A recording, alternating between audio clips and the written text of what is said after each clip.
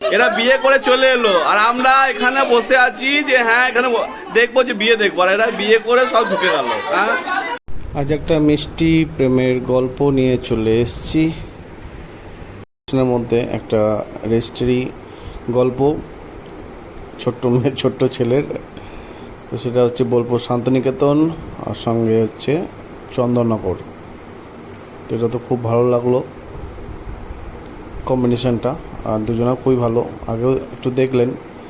আর আজকে যেহেতু রেজিস্ট্রি ছিল সেই জন্য সবাই এসছে বাড়িতে, হই হুল্লোড় চলছে। এই চলে এসছে, দেখো এরা বিয়ে করে চলে এসছে, দেখুন বিয়ে করে চলে ঘর ঢুকে গেল।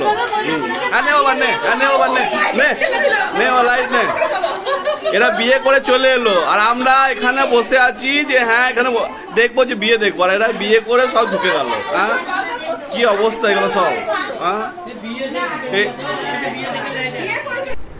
যেহেতু রেজিস্ট্রি হয়ে গেছে, রেজিস্ট্রি হয়ে যাওয়ার পর এবার কেক কাটার পালা।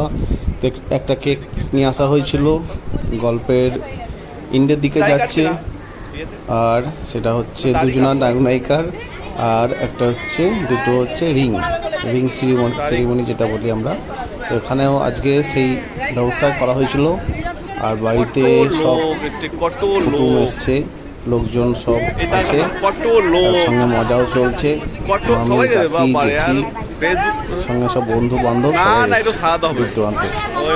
আর এটা হচ্ছে ছেলের বাড়ি, এটা হচ্ছে বোলপুর শান্তিনিকেতন, আর মেয়ের বাড়ি হচ্ছে চন্দননগর। আগেই বলেছি চন্দননগর থেকে এসছে সব, ওটাই সবাই, সেটাও দেখাবো। এবার কেক কাটার পালা, কেক কাটা হবে। Happy birthday, happy birthday.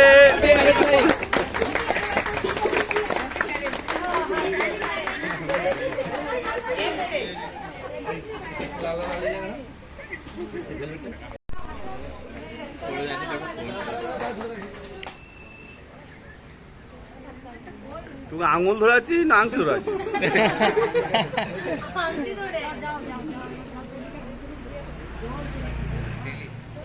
তো রিং বরাবরই চলছে ছেলে মেয়েদের মধ্যে।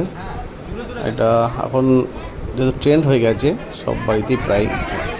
তো যাই ভালোও লাগে, আগেকার এসব দিন এসব ছিল না যদিও। তো এই দিনগুলো আসে, সব বন্ধুবান্ধব আত্মীয় স্বজন সব আসে, ভালো লাগে দেখতে। এটা মিষ্টি প্রেমের গল্প, আশা করি আবার দেবো। এটা একটা ব্লগ করা হলো, আশা করি আপনাদের সবার ভালো লাগবে মিষ্টি প্রেমের গল্পটা।